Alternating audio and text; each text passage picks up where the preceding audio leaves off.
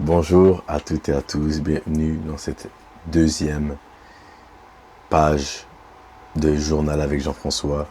Et aujourd'hui, comme ma première page, c'était l'autre jour, j'ai reçu un commentaire de la part de Amel et je voulais l'aborder parce que directement, dès que je l'ai vu, je me suis dit, pourquoi pas en faire une vidéo.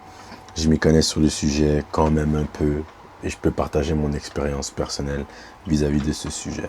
Donc je vais vous le mettre à l'écran. Et voici ce que Amel a demandé. Un sujet qui pourrait être intéressant. Comment gérer les périodes où on a l'impression que Dieu ne répond pas à nos prières. Petit aparté pour Amel. Déjà, j'apprécie beaucoup cette personne. Elle a su me soutenir dans mon projet où je faisais des lives. Elle a soutenu MTL aussi avec Wade, Nazi. Beaucoup de cœur pour toi, Amel. Merci beaucoup pour ton soutien dans ces longues périodes, dans le temps. Et je t'apprécie énormément. Donc, je réponds à ta question du mieux que je peux. Déjà, de un, je pense pas, comme je l'ai dit, je pense pas que j'ai toutes les réponses. Et ce format-là, c'est vraiment... Je pense pas que j'ai toutes les réponses, mais je vais juste parler de ma propre expérience.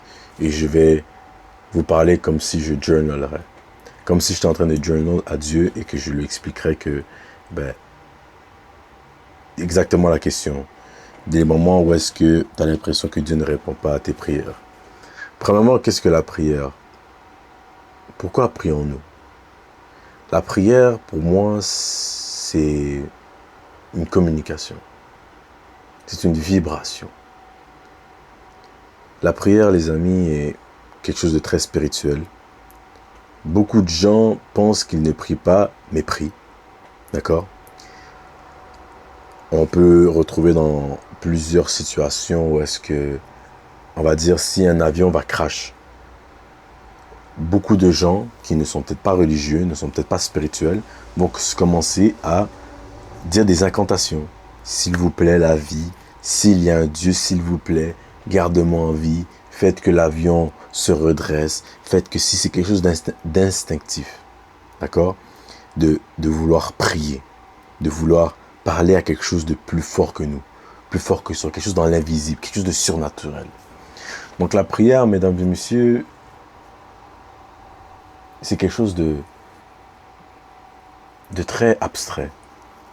Parce que déjà dans le monde dans lequel on vit, il y a beaucoup de types de religions et la prière n'est pas pratiquée de manière similaire. Elle est pratiquée différemment, dépendamment de ta religion, dépendamment de tes croyances, d'accord? Mais la prière a toujours un but très simple. C'est de communiquer. C'est une communication. Si, lorsque tu pries, tu sais qu'il y a quelqu'un d'autre à l'autre bout du fil qui entend. C'est ce qu'on espère tous. C'est ce qu'on espère, c'est ce qu'on veut. Là, je parle vraiment tout type de personnes. Hein. Je parle de l'athée dans l'avion qui prie pour pas que ça crache, comme la personne qui croit qu'il y a un Dieu et qui prie qu'il y a un Dieu. Tu t'attends qu'il y a quelque chose, quelqu'un à l'autre bout du fil qui t'entend et qui aperçoit, qui écoute, qui entend ton cœur, qui entend tes paroles. Voilà, voici la prière.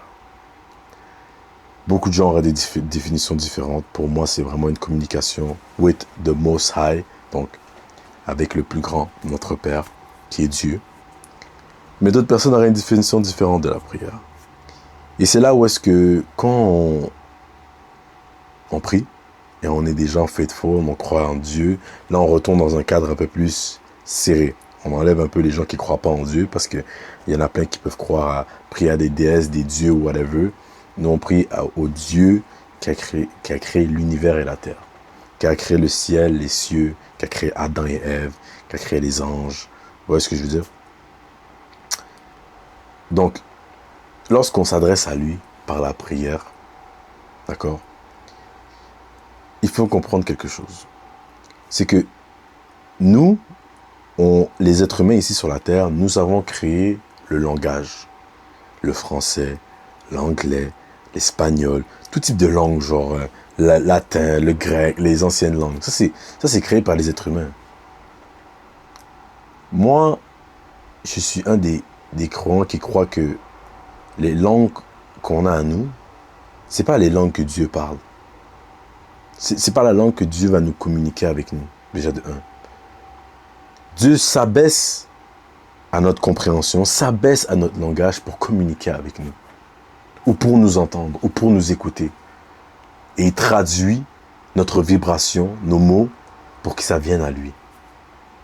Parce que Dieu n'est pas dans notre dimension. Dieu n'est pas encadré dans le temps, il est encadré dans rien. Je me rappelle, il y a beaucoup de gens qui me demandaient, je fais un petit aparté, qui me demandaient, mais pourquoi comment Dieu peut venir sur la terre? Dieu est Dieu. Dieu ne peut pas être Jésus, Dieu ne peut pas devenir homme. Moi, comment je l'explique, c'est aussi simple. J'aimerais ça vous sortir un petit papier rapidement pour ceux qui regardent, ceux qui voient. Ah, j'ai pas de feuille blanche, ou j'ai peut-être une feuille blanche, les gars. J'ai peut-être une feuille blanche. Ouais, ok. Rapidement. Donc, il y a la terre, ok. La terre qui est ici, on va dire ça c'est la terre. On va mettre un T ici. Je vous montre la feuille dans un instant. Et c'est encadré de l'univers. On va mettre univers, c'est ça ici.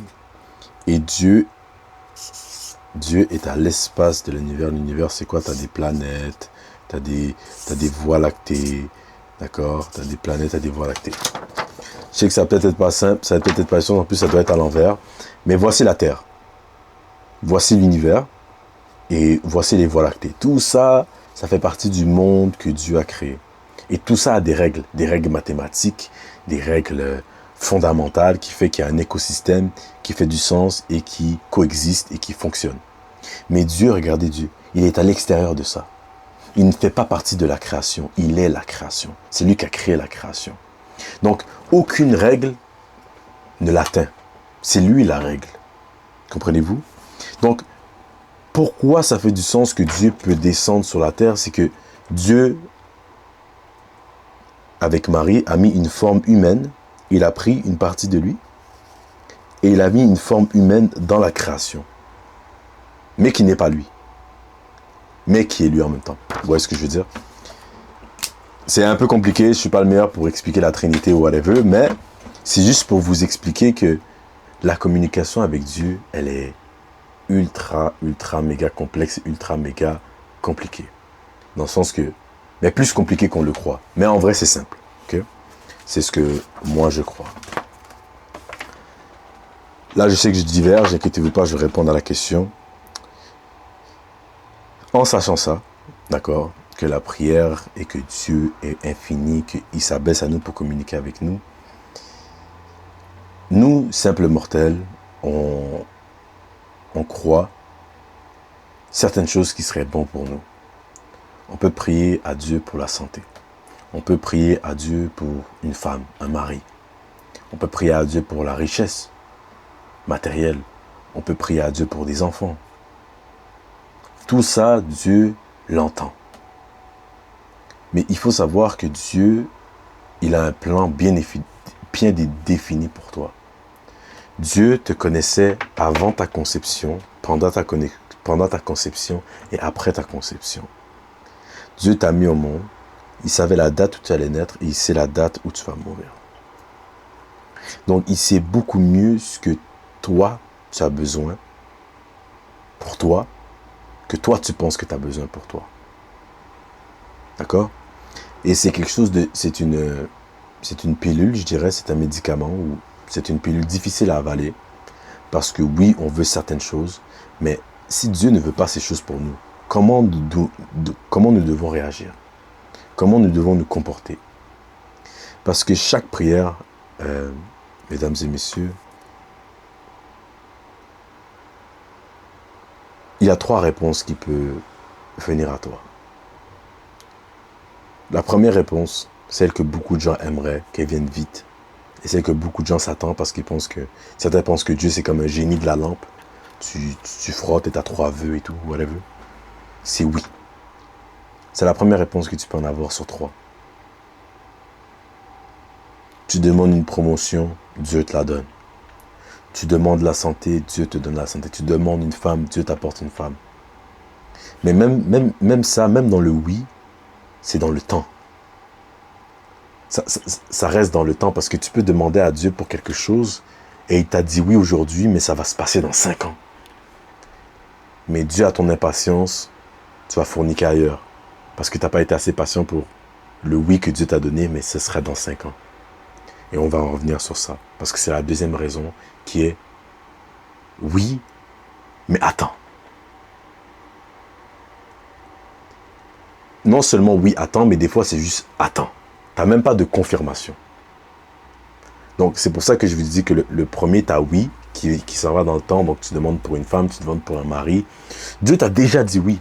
C'est déjà quelque chose qui est planifié pour toi, mais tu ne sais pas c'est quand ça va se passer. Et 1 an, 2 ans, 3 ans, 3 ans, 4 ans, 5 ans, pour toi c'est long. Mais pour Dieu, 1 an c'est comme 1 seconde. Un siècle c'est comme 3 secondes. Il est le temps. Donc il sait le nombre de temps que tu as besoin d'attendre pour obtenir ce qu'il veut pour toi.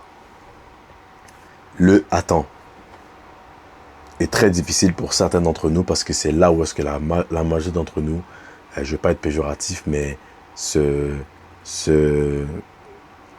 bourre.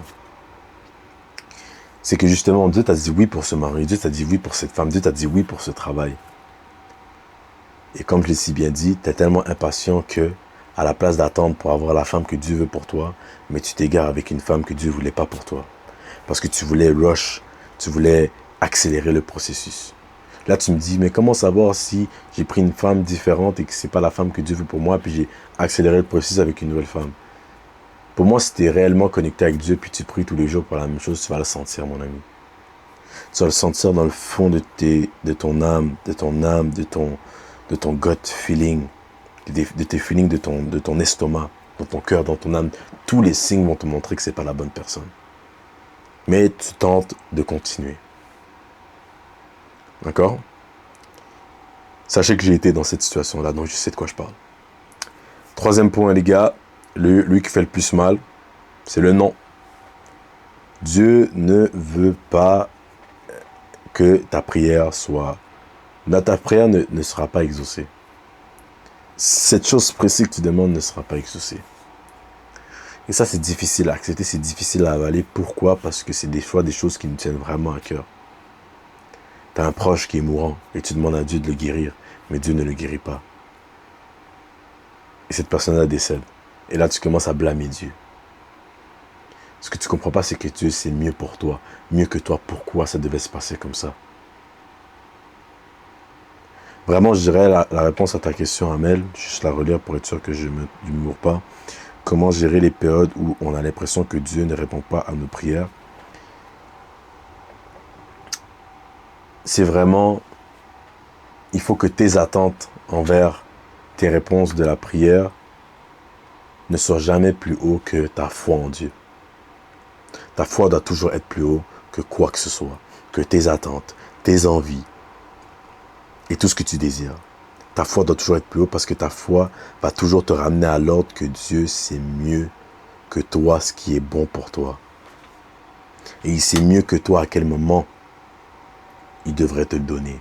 Il sait mieux pour toi à quel moment ça doit se passer. Et c'est pas facile, je vous parle comme si c'était easy. Non. Moi, dans certaines de mes prières, des prières encore que j'attends encore, que je suis encore depuis patient, depuis mon développement personnel, je me demande pourquoi ces caractéristiques, ces défauts-là de chez moi ne sont toujours pas partis. Pourquoi je ne suis pas encore dans telle position dans ma vie? Pourquoi je suis pas... Et je continue continuellement à prier. J'ai des amis qui ne sont pas dans la foi, qui ne croient pas en Dieu, que j'ai toujours la prière, j'ai toujours des prières pour qu'ils puissent venir à Dieu. Mais soit Dieu m'a dit non, soit Dieu me dit d'attendre. Mais ça fait longtemps que je prie pour ces personnes-là, pour qu'ils viennent à Dieu. Tu pries peut-être pour un homme ou une femme. Dieu sait mieux que toi pourquoi il te fait attendre. Peut-être que cette personne-là, à l'autre bout du fil que tu demandes, Dieu est en train de le forger. Et s'il te le met dans ta vie live, cette personne-là va vous amener au mauvais endroit à deux. Mais Dieu est en train de travailler dans son cœur. Et soit en train de travailler dans le cœur de cette personne-là, ou soit en train de travailler dans le tien. Pour que tu puisses mettre Dieu avant les personnes, avant cette personne qui va venir. Et cette personne-là aussi, elle doit pouvoir mettre Dieu avant toi. D'accord? Pourquoi je dis tout ça? Parce que j'en parle encore très souvent. C'est quoi que j'ai touché? C'est quoi ça? What the fuck? Excusez-moi. Je pense que c'était une araignée. Ok, je pense que c'était une araignée. Pourquoi? C'était quoi ça? Bref. Qu'est-ce que je disais? Ça m'a surpris. Pourquoi? Ouais, c'est ça, tu dois attendre et que la personne travaille sur toi-même. Soit tu travailles sur toi-même, ou soit Dieu travaille sur cette personne-là. D'accord? Et c'est très important. Et des fois, c'est vrai qu'il y a des moments où Dieu est silencieux pendant des mois. Tu pries pendant 6 mois de suite. Tu n'entends pas la réponse de Dieu. Tu n'entends même pas un signe de base. Tu n'entends rien, rien, rien. Tu n'as pas de hint. Tu dois rester faithful. Tu dois garder la foi. Tu dois garder la foi et tu dois te remémorer le nombre de fois où Dieu a agi dans ta vie. Et tu sais qu'il va continuer à agir. Mais Dieu, dans sa bonté, dans son infinité, il fait toutes les choses parce qu'il y a un plan pourquoi ces choses doivent arriver. Pourquoi ce 6 mois, ce 1 an, ce 2 ans-là, tu dois être patient. C'est parce qu'il veut travailler quelque chose en toi. Il veut travailler quelque chose chez toi. Et comme je vous dis, c'est pas facile. J'ai vécu ces moments-là. Tu vas vivre ces moments-là. Ton pasteur, ton prêtre, tes parents vivent ces moments-là. On n'est tous pas à l'abri de ce genre de réflexion qu'on a mentalement. Pourquoi Dieu ne m'entend pas? Pourquoi Dieu ne m'écoute pas? Si Dieu existerait, ça se passerait comme ça. Si nanana, ça se passerait comme ça. Tu dois remettre tes pensées à la base. La base, c'est quoi? C'est la foi en Dieu. Ta foi doit être plus forte que tout type de pensée, tout type d'envie que tu as. D'accord? Et la prière, mesdames, j'ai toujours mesdames et messieurs, je sais pas pourquoi ça. La prière aussi, c'est une communication continuelle. Nous, les chrétiens, ne sommes pas comme certaines religions qui prient plusieurs fois par jour, ou d'autres religions, je sais pas la manière de certaines autres religions, comment ils prient, mais moi, dans mon cœur, comment je prie, c'est sûr que dans la Bible, on nous explique comment prier, on a le Notre Père, il y a Jésus qui nous explique aussi comment prier. Mais moi, je le vois que la communication avec Dieu, c'est un flow continuel. C'est un flow continuel, je sais pas si ça se dit. Dans ta pensée, Dieu doit toujours être là. La prière, c'est à tout moment et tout instant. Parce que tu communiques avec Dieu. Quand tu t'apprêtes à aller manger, puis tu remercies le Seigneur pour la nourriture qui est devant toi. Quand tu conduis, quand tu écoutes de la musique, les worship songs pour élever Dieu. Quand tu te parles à toi-même, quand tu parles à Dieu, quand tu vois des situations et tu remets les situations à Dieu, tu es continuellement dans la prière. Aussi. D'accord?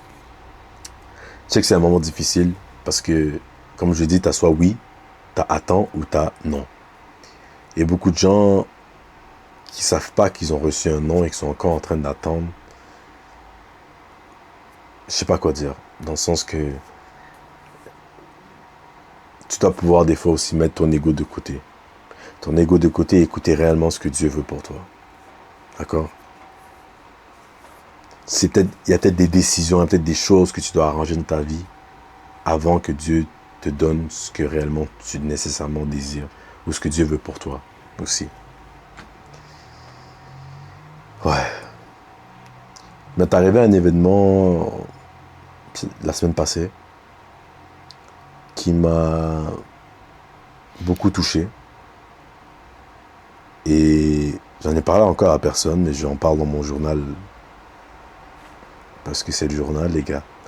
Ici, j'essaie d'un peu plus de parler un peu de ma vie personnelle et les choses qui m'arrivent. Mais j'ai un nouveau travail ces jours-ci. Et ce nouveau travail-là me permet de parler à encore plus de gens que d'habitude. Et avoir des contacts physiques et interagir et discuter et parler de tout et de rien. Et j'avais cette cliente où est-ce que je travaille à l'extérieur. J'essaie de pas donner trop de précision, mais je travaille en vente, d'accord? Je laisse toujours à l'extérieur. Je fais du porte-à-porte. Et je parle à cette madame et elle était devant sa maison. Et elle attendait son Uber. Et moi, j'arrive devant la maison. J'ai certaines portes à signer, à aller cogner. Et avant même de cogner à la porte, je vois que cette madame-là est déjà devant la porte. Donc je me dis, peut-être que c'est une des résidentes à qui je vais cogner à la porte déjà. Donc, might as well m'introduire à eux et lui parler. tout ce que je veux dire, et faire, là je pensais pas nécessairement à elle, je pensais plus au côté vente, comme m'introduire et passer comme une bonne personne pour pouvoir faire mon speech de vente et ça passe plus crème. Et là, du coup, je m'introduis à elle, je lui dis bonjour, je suis un tel, je suis là pour telle chose et tout, nanana, nanana. En fait, non, même pas. On commence à parler et il n'y a rien de tout ça qui... désolé, hein. Prenez-moi pas pour un menteur parce que moi, dans ma tête, des fois, tout est à l'envers. Première chose qu'on se dit, il pleuvait. Donc moi, j'avais mon parapluie, mais elle était un peu plus proche de la porte, donc il y avait quelque chose qui la couvrait. Moi, j'étais un peu plus loin. Je rentrais pas dans son espace personnel, mais j'avais mon parapluie. Et on commençait un peu à parler, je dis bonjour, nanana. Je commençais un peu à parler de la température, on commençait à divaguer, un peu parler de tout et de rien. Et on a eu un petit moment où on parlait du service que j'allais lui vendre, et elle me disait que potentiellement on en aurait besoin, mais pas maintenant. Et j'ai laissé ça comme ça, je lui ai demandé dans quelle porte elle était, elle m'a dit la porte, donc j'ai pu mettre une note. Mais ce qui a été le plus important, c'était la discussion qu'on a eue, parce que après avoir eu ma réponse niveau vente, j'ai commencé à parler à la personne. Et j'ai dit à cette personne, cette madame, qui est âgée depuis plus de 50 ans, je lui demande, que faites-vous ici?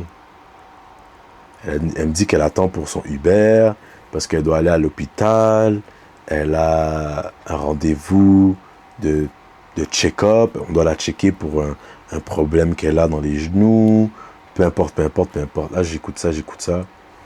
Et je sais pas, j'ai juste vraiment eu à cœur de cette madame-là, dans le moment même. Et en fil et en aiguille dans la discussion, il y a Dieu qui me dit, là, beaucoup de gens sont très mitigés quand on dit ça. Dieu me dit, mais qu'est-ce que Dieu t'a dit? Comment tu l'as ressenti? Comment tu l'as assis? Moi, je vous garantis, c'est Dieu qui m'a dit ça. Parce que pendant que je parle avec elle, de nulle part, il y avait une pensée subconsciente, dans mon subconscient, qui m'a dit, demande-lui pourquoi tu pourrais prier pour elle. Aucun rapport avec ce qu'on discute. J'ignore la pensée une fois. Je continue à parler avec elle. Demande-lui pourquoi tu pourrais prier pour elle. Demande-lui pourquoi tu pourrais prier pour elle. Ça revient. Là, je suis comme, yo, bo, t'es sérieux? La madame va faire sa vie. Elle attend son Uber. Oui, je comprends, elle me parle de trucs médicaments et tout, ou de médication et tout. Je sais que ça peut être dans le thème et tout, mais je sais même pas si elle est religieuse. Je sais rien du tout. Genre, pourquoi me casser la tête à faire ça? Et pendant que je suis en train de me débattre un peu dans ma tête, elle parle et tout, puis j'ai la difficulté à suivre un peu la discussion à cause que j'ai ce débat-là dans ma tête. Et à un moment donné, je lui dis, tu sais quoi, yo, vas-y. À un moment donné, quand elle s'arrête de parler, je lui demande, un tel, pourquoi je pourrais prier pour toi? Je vous promets, les gars et les filles, ses yeux ont... Dans toute la discussion, elle avait un peu Elle voyait que j'avais mon polo, je suis un vendeur, tu comprends? Mais elle avait un peu comment je pourrais dire? Physiquement, elle était un peu rétractée sur elle. Tu vois ce que je veux dire? Dans le coin de la porte.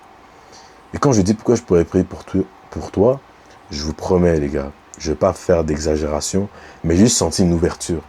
Une ouverture et des yeux beaucoup plus illuminés. C'est comme si... Je sais pas comment dire, je sais même pas c'est comme si quoi. C'est comme si elle attendait que ça. Et elle m'a dit oui. Elle m'a dit oui, sans hésiter. J'aimerais que tu pries pour tel problème qu'elle avait et pourquoi elle allait à l'hôpital. Et pendant qu'on parle, et je lui dis... J'ai pas prié avec elle sur le moment parce que pendant qu'elle me dit ça, je dis pas de problème, je prierai pour toi. Et après, je lui pose une question, elle me dit qu'elle avait des enfants et tout, nanana. Je lui pose une question, je lui demande, c'est quoi, tu m'as dit que tu as des enfants, c'est quoi pour toi la leçon que tu pourrais me donner parce que tu as des enfants? J'ai oublié la réponse qu'elle m'avait donnée parce que pendant qu'elle me répondait, le Uber était arrivé et elle est rentrée au Uber. Et la dernière chose qu'on s'était dit, que je lui avais dit, c'est, on se reverra. Elle m'a dit oui. La semaine passe, c'était genre mardi que ça s'est passé. La semaine passe, mercredi, je suis retourné dans sa maison pour cogner, aucune réponse. Jeudi, je suis retourné dans sa maison pour cogner, aucune réponse. Parce que je dois faire mon travail. Elle m'a dit qu'elle a besoin des services à la fin de la journée. Vendredi, je retourne chez elle et je sonne une fois. Il n'y a pas de réponse. Moi, je sonne pas beaucoup de fois chez les gens. Genre, je sonne une fois, je vois que tu réponds pas, vas-y. Mais cette fois-ci, je me suis dit non. J'ai sonné les 2 jours d'avant, je vais attendre, je vais réellement sonner. Je sonne encore une fois. Et j'entends bzzz la porte, parce que c'est une maison avec 6 appartements, donc il y a une sonnette et c'est verrouillé. Bzzz. J'ouvre la porte, je monte des escaliers. Déjà, la madame, elle a des problèmes dans les genoux. Je sais même pas comment elle montait autant d'escaliers. Il y a comme 1, 2, 3, 4, 5 escaliers à monter facile. Là, je monte en haut, elle ouvre la porte, je la vois, pyjama. Elle vient de se réveiller. Mais ce que j'oublierai jamais, les gars, moi, je suis du porte-à-porte, j'en ai vu des visages. Quand les gens ouvrent la porte et me voient avec mon polo de vendeur, j'en ai vu des visages dégoûtés de me voir. Mais j'ai jamais vu un visage aussi illuminé de me voir et de continuer la discussion que j'avais eue avec elle. Dès qu'elle ouvre la porte, elle m'invite à l'intérieur. Elle m'invite directement, c'est pas tu ouvres la porte puis tu restes à la porte.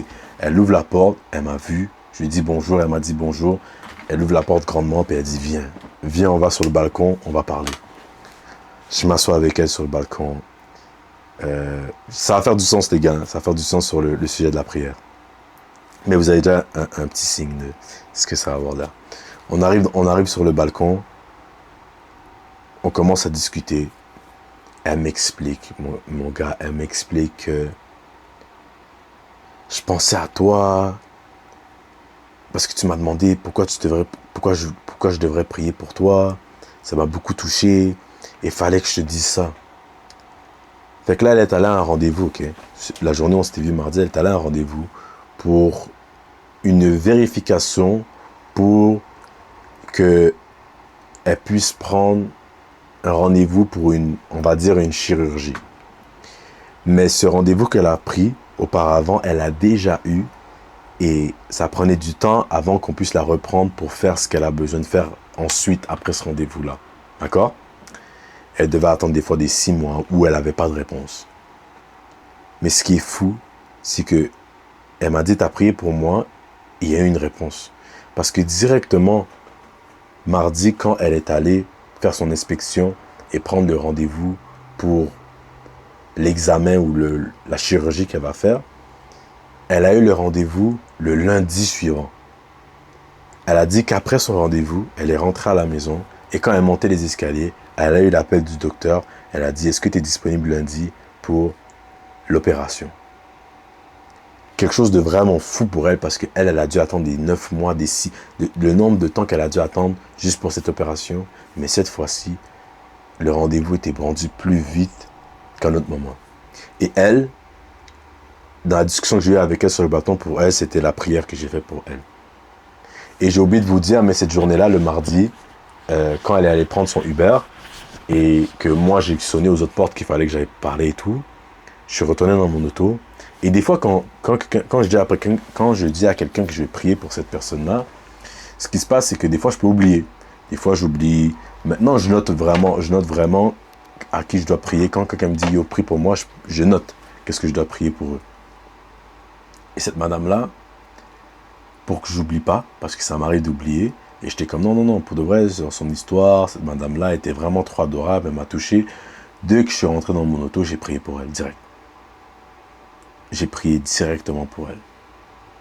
J'ai demandé à Dieu de la protéger, à Dieu de faciliter son cheminement, faciliter l'opération, faciliter cette personne-là. Je ne sais pas c'est qui, j'ai eu 5 minutes de discussion avec elle, mais Dieu, aide-la.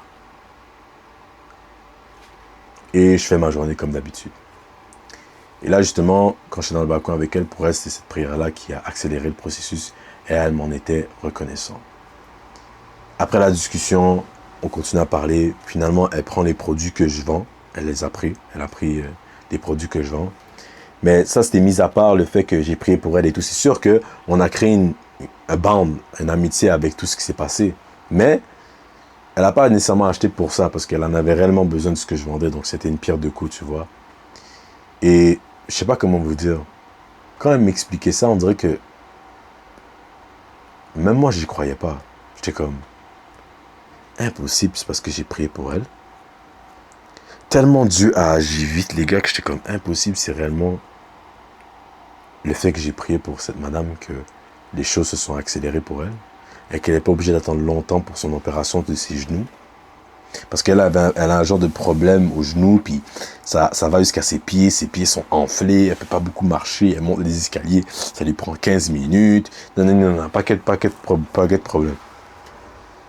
Et j'étais bouleversé, je savais pas quoi dire, j'étais bouche bée un peu, j'étais comme, waouh, c'est réellement la prière qui l'a aidé. Même moi qui est un croyant, qui est dans la foi, les gars, j'ai douté. Je me dis, c'est pas la prière, c'est pas possible, c'est moi. C'est pas possible, c'est la prière que j'ai faite. Et même toi, tu peux être dans le doute des fois quand il t'arrive des choses, tu te demandes, est-ce que c'est Dieu qui a réellement fait ça? Est-ce que c'est Dieu qui a vraiment, réellement répondu à la prière? Mais mon ami, comme je vous ai dit, il faut toujours garder la foi plus haute que autre chose. C'est réellement la prière qui t'a sauvé. C'est réellement la prière que tu as pu faire qui a été répondue. Et c'est réellement la prière que j'ai faite pour elle qui a été répondue. Malgré que j'ai la difficulté à y croire. Moi-même, j'ai la difficulté à y croire. Moi-même, je suis saisi, je suis choqué. Peut-être pour vous, vous voyez ça à travers l'écran, c'est comme, ah, c'est banal, c'est rien. La madame devant moi, les gars, elle était émue. Pour elle, c'est comme si c'était un ange qui était venu dans sa vie, qui est passé au moment où elle en avait besoin. On a eu une super belle discussion, elle m'a montré son appartement, elle venait d'aménager, elle monte ses trucs, elle me dit littéralement, reviens. J'ai des plantes, elle a beaucoup de plantes chez elle, et comme je vais te donner une plante, la prochaine fois que tu reviens, je vais te donner une de mes plantes. Cette madame-là était grateful pour la discussion qu'on a eue et pour l'interaction qu'on a pu avoir. Elle me parle de sa famille, elle parle de son fils, sa fille, elle parle de tout le monde de sa famille maintenant. Moi et elle, on est rendus amis. C'est une madame de plus de 50 ans. Je ne sais pas combien d'âge qu'elle a.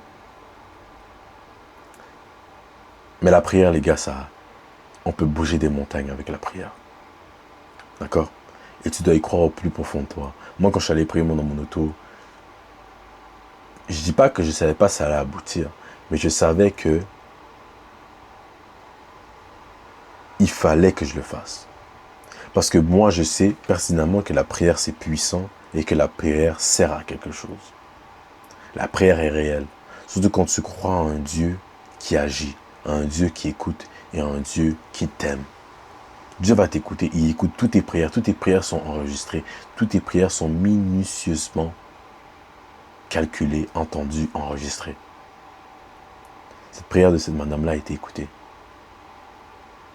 Même si je ne la connaissais pas, même si quoi que ce soit, j'ai pu parler de Jésus avec elle dans la discussion.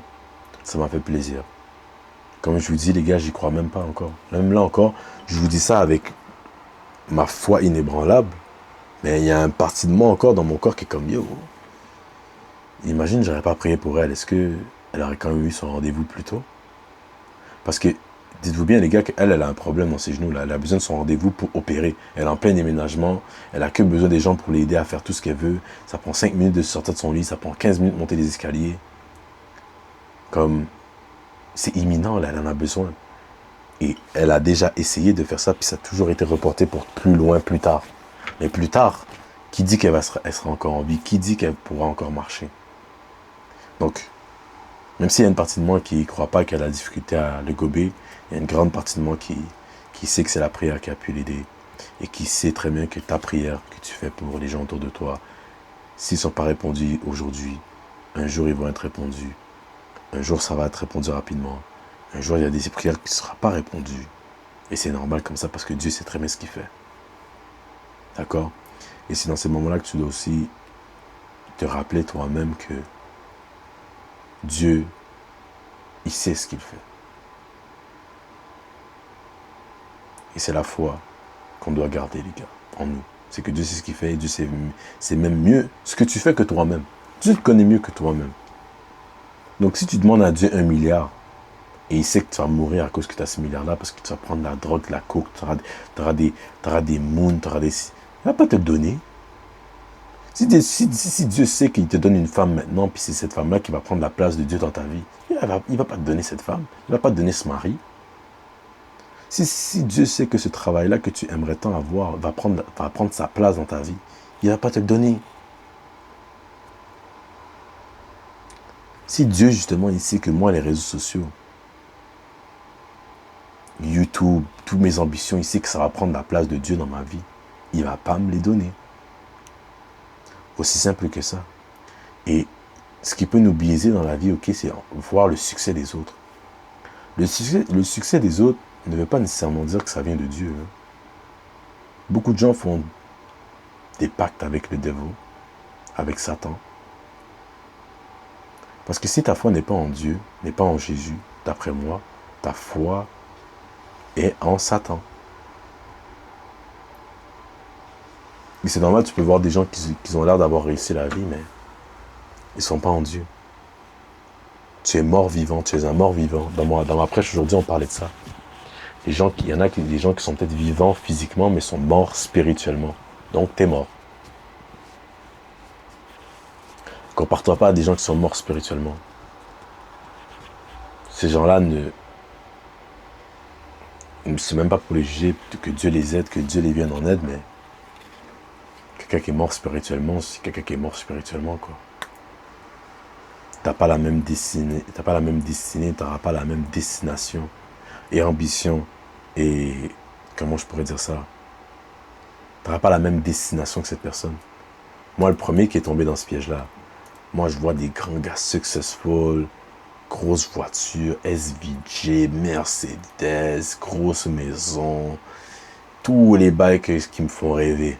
Je vois ça et je dis, là, cette personne-là a réussi. Selon qui? Selon quoi? Selon Dieu ou selon Satan?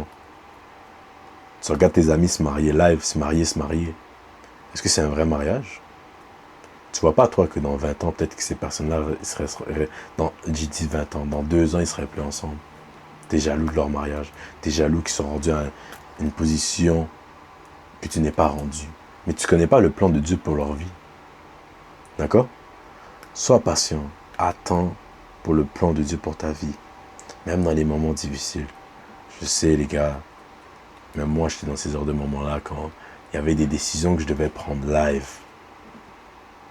Il y a des décisions que je devais prendre maintenant. Genre, c'est une décision cruciale qui va dicter mes 2 prochaines années, qui va dicter mes 3 prochains mois. Je demande la réponse à Dieu. Je demande de l'aide à Dieu. Je demande la guidance à Dieu. J'ai pas de réponse. J'ai pas de réponse. T'es laissé à toi-même. Tu prends décision, t'es laissé à toi-même. Et ça peut arriver. Et ça va arriver. Mais à ces moments-là, tu dois rester faithful. Parce que Dieu, c'est déjà le chemin que tu allais prendre. Et Dieu avait déjà envisagé une réponse au chemin que tu allais prendre. Il a déjà envisagé une réponse à cette mauvaise relationship que tu vas choisir. Tu vois ce que je veux dire? Et justement, des fois, ça fait partie du plan de Dieu. Tu demandes à Dieu une femme, un mari ou whatever. Je sais que je remets souvent ce sujet-là sur la table, mais c'est un sujet commun. Dieu veut que tu aies la femme, je parle en lettres là, tu as A, B, C, D, E, F. Dieu veut que tu aies la femme F. Ça, c'est la femme que Dieu veut pour toi. Mais des fois, tu dois passer par la femme A, la femme B, la femme C, la femme D, la femme E, avant d'arriver à la femme F, parce que ces 4 femmes avant que tu arrives à ta femme F vont t'apprendre quelque chose pour mieux respecter la femme F, pour mieux lead la femme F, pour mieux tout faire pour la femme F. Tu sais pas à quel point Dieu, dans son plan merveilleux, les gars, tout est si bien calculé. Dieu connaît le nombre de cheveux que tu as sur le crâne. Tu as une empreinte différente. Tu as une identité différente. Il n'y aura plus jamais de personne comme toi qui est née au même jour que toi, à la même seconde, les mêmes parents, dans le même pays, les mêmes ambitions. Il n'y a personne qui sera identique à toi. Tu es unique. Et Dieu te voit et Dieu le sait. Alors sois patient. Laisse-toi du temps. Laisse du temps à Dieu de travailler avec ton cœur. Laisse du temps à Dieu de te changer. D'accord? Si tu penses qu'il y a un péché, il y a des choses que tu dis, oh, c'est quand que ça va finir? Aie foi dans la tempête. La tempête peut durer plus longtemps que tu crois. Mais garde foi dans la tempête. Parce que Dieu est réellement là. Malgré les moments difficiles, Dieu est réellement là. Hein. Et il est toujours autour de nous, à tout moment. Et c'est lui qui dicte tout. Right? Donc j'espère que j'ai répondu à ta question, Amel. Tu me diras si ça a fait du sens, si tu en as sorti quelque chose. Et si vous êtes rendu jusqu'ici dans la vidéo, les gars, honnêtement, merci à toi. Big shout out à toi. Je te demanderai de like la vidéo et de mettre un petit cœur dans les commentaires, n'importe quelle couleur le cœur. Et de commenter pourquoi je pourrais prier pour toi. Et pourquoi les autres personnes qui vont lire tes commentaires pourraient prier pour toi. Et je vous demande, les gars, de voir les messages, voir les commentaires s'il y en a. De prier pour ces gens-là. Et ouais, prenez soin de vous, les gars.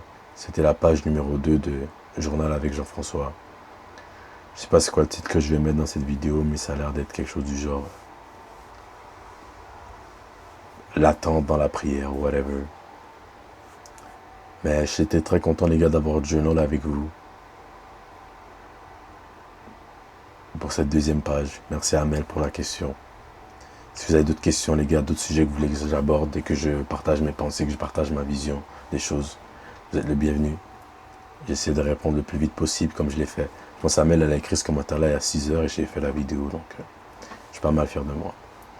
Let's do it, les gars, prenez soin de vous, n'oubliez pas de prier, n'oubliez pas de prendre soin de vos proches, n'oubliez pas d'aller voir des gens autour de vous, ne restez pas trop seul trop longtemps. Prenez soin de vous, faites du sport, prenez soin de votre santé physique, spirituelle et mentale. C'était Tijan. Prenez soin de vous. Peace out.